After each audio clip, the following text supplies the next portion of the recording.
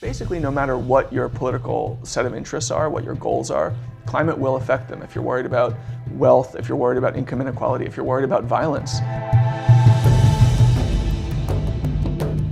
What do you think the average American is going to physically experience that makes them really change their mind about climate in the near future?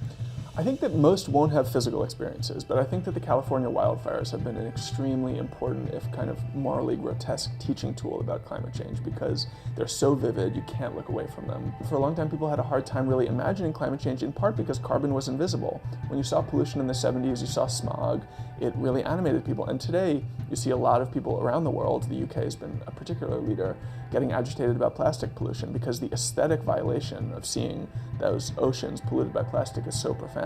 But to me, that's the much more important challenge, is making those people who say they are concerned, but who have not yet really engaged with it and committed to it as a first order political priority, making them aware and concerned at that level so that they are really making political decisions, voting and organizing around the principle of climate, rather than thinking of it as something we'll get to once we deal with all these other problems. Because basically, no matter what your political set of interests are, what your goals are, climate will affect them. If you're worried about wealth, if you're worried about income inequality, if you're worried about violence, if you're worried about, all of these issues are tied up in climate, and hunger, famine, war. And so I think that we need to think of climate as an all-encompassing story that touches all of these features of political life, not just one among many.